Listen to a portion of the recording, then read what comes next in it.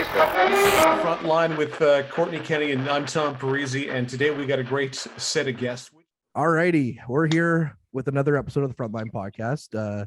Two myths, two legends of the North Bay Battalion, Josh Currie, Liam Arnsby. We've been trying to track these guys down for a little while, but scheduling. We're pretty busy guys too. So us superstars over here at the Frontline Podcast. Josh, Liam, thanks so much for taking the time today to join us on the Frontline. Yeah, thanks for having me. So I got to ask, we were kind of talking about it just before Liam joined us here, Josh, but I'll start with you and then Liam, you can hop on after Josh answers. How exciting is it to finally be back in North Bay after all this time? It's great. After all this waiting around, knowing if we're not playing or if we're playing or not, it's good to be back. Speaking for myself or speaking for the whole team, I have a feeling like we're looking good this year. Everyone's feeling great. We're all excited, hoping to be a good year.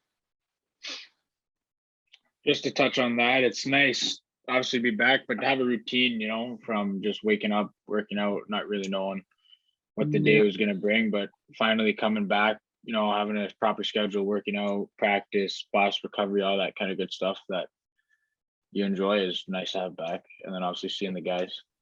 So when we started this podcast, it was a little, tough because at the time we didn't know if there was going to be a season starting. So it was tough to ask some of you guys like, hey, your training, what does that entail type of thing? How tough was it to kind of ramp up your training and the milepost just kept getting pushed further and further back? Like it was like at one point it was December, then it was February, then it was March, then it was, we're just not doing it at all. Like how tough as athletes and players that want to get back here, how tough is it to ramp up for nothing?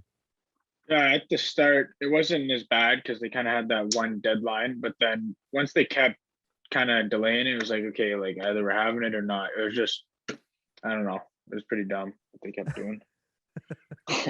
I feel we're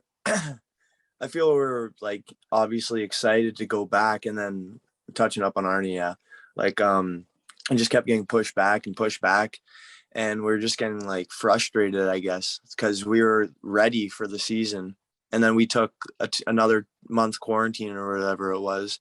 And we had to get back in the gym, get back into our routines that we were in the mornings, and just stay in shape, because we had to be staying in shape for, what was it, 2 years or a year? 18 months. Yeah, 18 months. Like it's kind of tough, but it's good for us mentally because we just keep battling through and keep pushing our pace and keep staying in shape, looking forward to the season whenever it would have came. And now we're back. So it's great. When this all kind of went down, like I've heard from, Brandon Coe said this, Luke Marcata said this. Did you guys have the same sense that you thought it was just going to be a couple of weeks and you guys are going to be back up here at the Gardens playing, finishing out the season? Yeah. I was thinking a month, like the first deadline. I was excited for it. I believed in it. And then the numbers start going back up for COVID. And that's when my hopes kind of got crushed a little bit. Mm-hmm. So fast forward now, we're, you guys have been in North Bay for a month and a bit now, and season's going to get going here a couple of days from now. It's kind of crazy to think of because it's always been like, we're again, the milepost just kept getting pushed, and finally we're less than a week away. Liam, just how excited are you? And then, for Thursday's game and to get going finally, and Josh just hopping in on that after he's done. Well, I'm so fired up. Like, as you said, it's been 18 months since I've actually last played a game. So to finally get back in front of the fans and with the new faces we got on their team, I'm really looking forward to it and getting the win on Thursday. Mm-hmm. And it's also like the itch that you miss for compete level and like to be competitive again, because that's what like we're all about, basically all about compete level and stuff like that. Right. So we're missing that. We're missing to get back to it. The vibe in the rink, it's just different when it's real season instead of preseason. It's a difference for sure.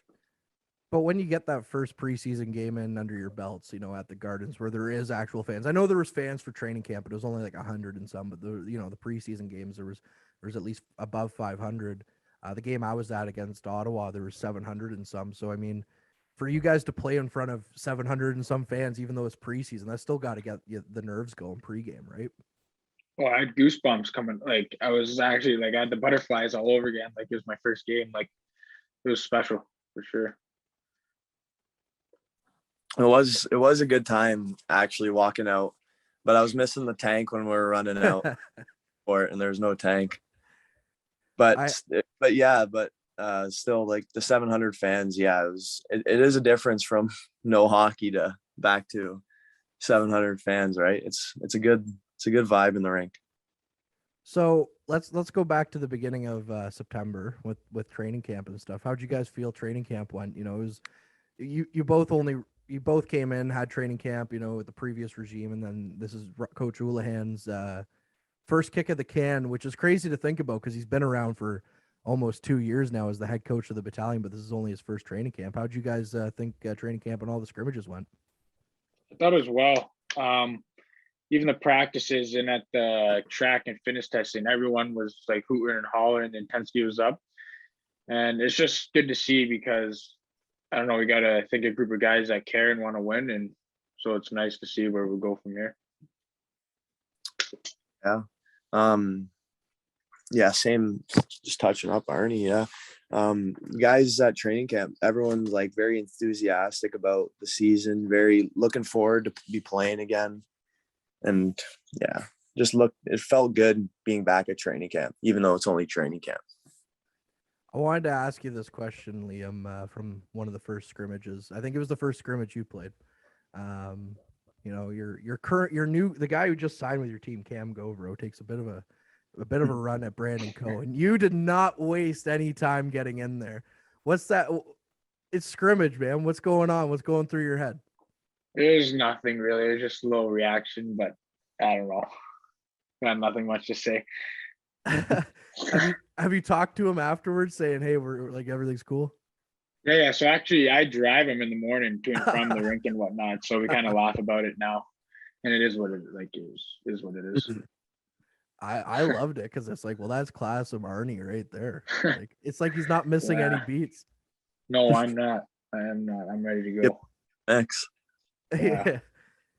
So I wanted to get your opinions because you guys are actually playing with them, and you're two of the vets on this team, which is crazy to think that you're two of the vets on this team. Like, it feels like obviously you've only had, you know, one season. It was shortened with the battalion, and now you're going to be the guys counted on for leadership. But with the double cohorts of rookies coming in, what are some of them like out on the ice? You know, you guys have better eyes for hockey than someone like a guy who runs a podcast does. So what?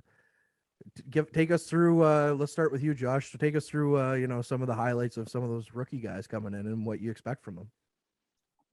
You know, like the rookies, like just watching them now, they're very like, how do I like how they play. Like they fit in already. So it's like it's a good aspect to have when you're already fitting in. You're already getting the groove of how the league plays, the tempo, you know, and a lot of the guys, like, they're not scared. Like, I feel like that's one of the biggest aspects is just not being scared, because when you're a rookie, you're coming in, you're facing 4 years older than you, right? Yeah. So like, that's the biggest aspect for me. And I don't think any of them are looking scared. So I feel like that's pretty good. How about you, Liam? I think what most impresses me, obviously they're all good, but I think that they're all like eager to win, almost like they always are, I don't know, doing the little extra stuff, which is nice to see because, I don't know, having a young group of guys that want to win and help contribute is a big thing to have for your team. So I think I'm most excited about that. I heard a story that when the battalion drafted Nelly, apparently when you used to play against him, you couldn't stand playing against Ty Nelson. Is that, can you confirm or deny? I couldn't stand playing against him? That's the story I heard, yeah. Oh, and that's a long time ago now. So it's like 4 years ago, but I don't even know. I would say no. No fear. Love it. No. So I've been dying to ask you guys these questions, especially, you know, being, you know, more heart and soul type of guys, but big rivalry, you know, with the Sudbury Wolves, and everybody we've had on the podcast is either named Sudbury or Peterborough as their least favorite arenas to play in the OHL. But I want to focus in on Sudbury because they have, you know, another first overall pick coming in, another guy named Quinton, because apparently that's the only guys that they can draft have the name Quinton. They're not allowed to draft anyone else in Sudbury. But I wanted to get your thoughts on how the rivalry with Sudbury is going to play out. Starting with you, Josh. Just kind of, you're playing a lot of games in your own division this year. Yeah.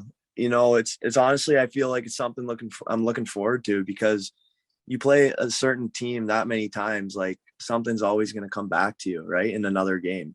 So it's like, I feel like keeping you on your toes, like always in the mix, like, and I feel like we'll be very strong. Like every year, Sudbury and North Bay has been strong against each other. So I feel like it's going to be a good battle.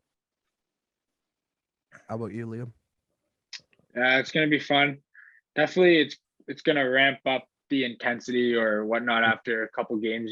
Guys start getting their numbers, getting more video on each other, like whatever, before and after, like kind of breaking down what the teams do. So definitely think it will be a lot of intense games with Sudbury this year. That's what I'm predicting.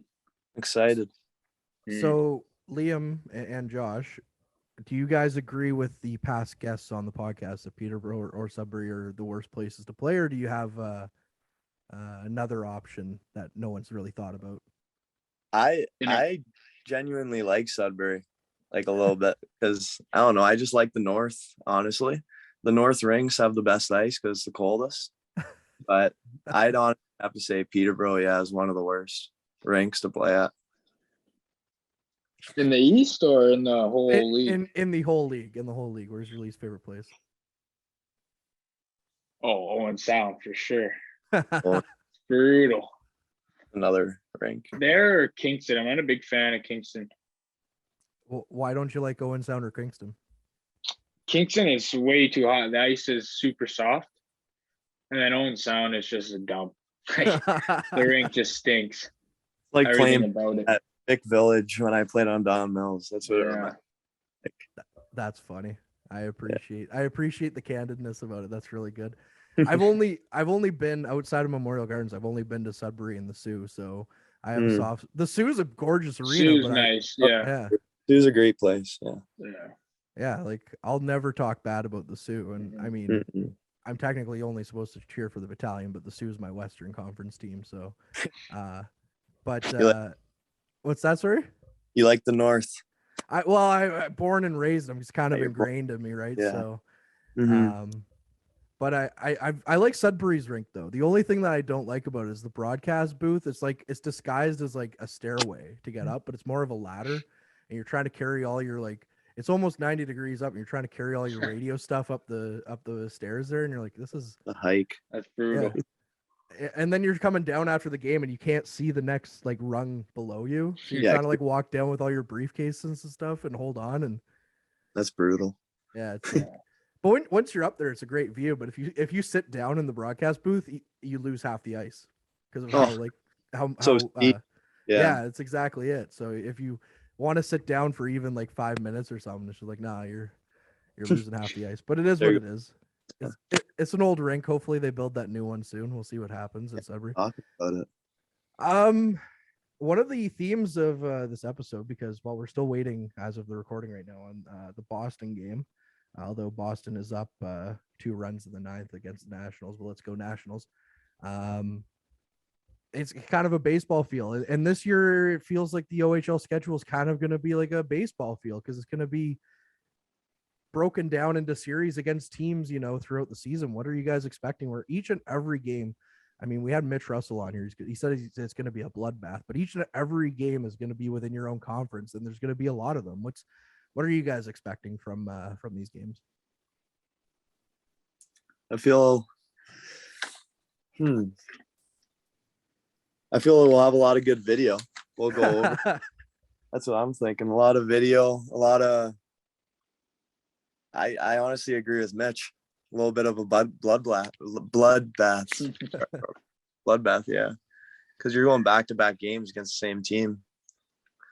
And as Arnie was saying, picking up numbers each game, it comes back to you. I think it's just going to be, what's that?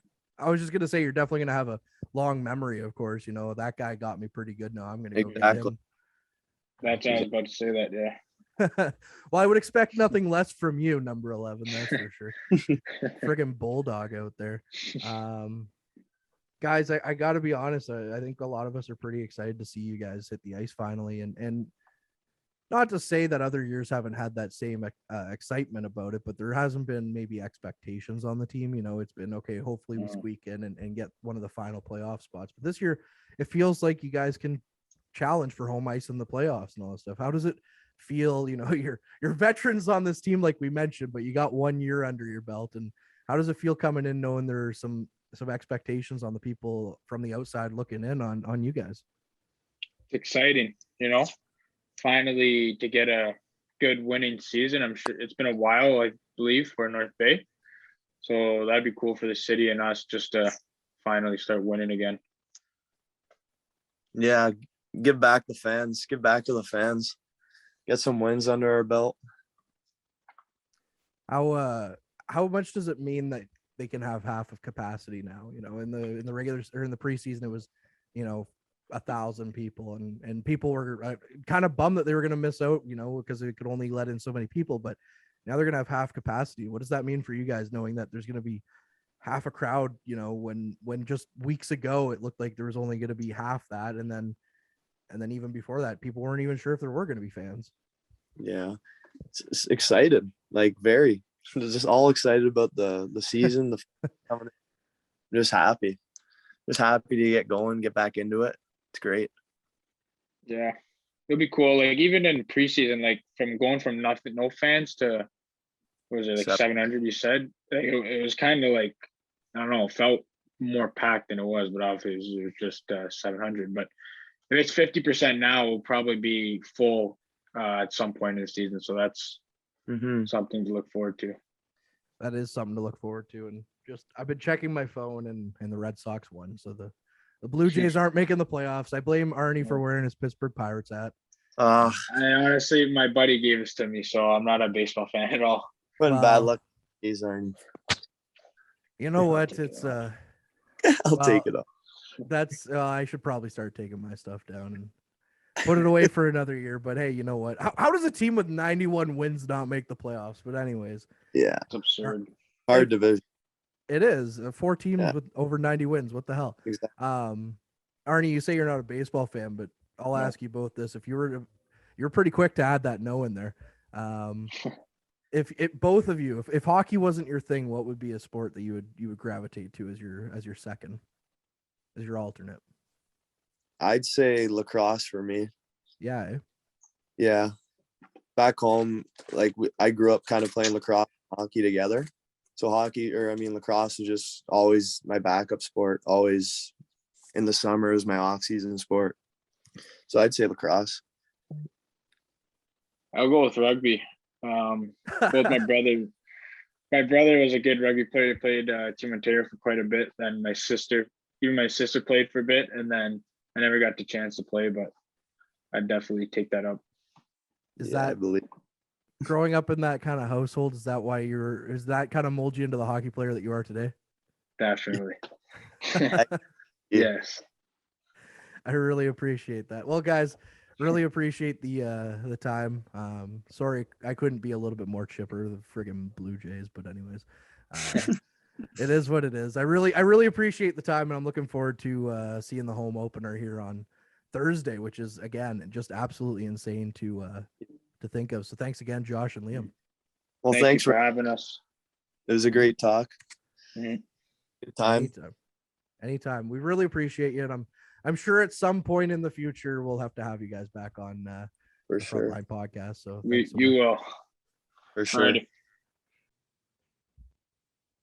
Again, a huge thank you to Josh Currie and Liam Arnsby, two guys that we have definitely been trying to track down for a little bit here on the Frontline Podcast. And yeah, it is a Battalion centric podcast, but turns out this will be it for my J stuff this year. And I put it on thinking, oh, maybe I'll have a chance to celebrate during the recording of this podcast, but unfortunately it wasn't to be. And the Red Sox, the Nationals just couldn't help us. The former Montreal Expos just couldn't help the Blue Jays, and dagger to the heart. I went down on Tuesday to Toronto to take in a game against the Yankees, up 2-1. They lose that game 7-2. Thank you, Giancarlo Stanton. Really appreciate it. Not really a not really wanting to talk about the money that I've spent on Toronto sports just to go and see them and have them lose, i.e. Maple Leafs 3-2 to Arizona and then 6-2 to Ottawa with Garrett Sparks starting in it. That was fun. Really fun. And you know what? It is a hockey podcast, but something about baseball. It's my favorite sport. Liam says he's not into it. He's more of a rugby guy. And you know what? Teach their own. But Liam Arnsby, you're wrong. You're wrong, my friend. Just can't say it any more than that. Tom will be back. I feel like I say that every time, and I'm trying to tease that a little bit, but I don't know where I'd be without my partner in crime. So thanks, Tom, for everything you do, and looking forward to getting you back on the podcast. You know, sometimes work commitments just kind of outweigh podcast commitments, and it is what it is. Huge thank you to Ben Sargent, our intrepid producer, as Tom calls it, and of course the battalion and staff and everything, letting us have this access to these players. You know, it's Sunday evening at this point, and they're gearing up for their home opener on Thursday, and we're sitting here talking with Josh Currie and Liam Arnsby, and we're also going to have a special episode drop later this week as well, just previewing the season with a certain friend of the show. I don't really need to introduce him because as soon as I say a friend of the show, you know exactly who it is. So again, huge thank you to the battalion. Huge thank you to all of you who have listened to us so far. It's going to be great. We're going to have an episode coming up that's actually talking about live hockey.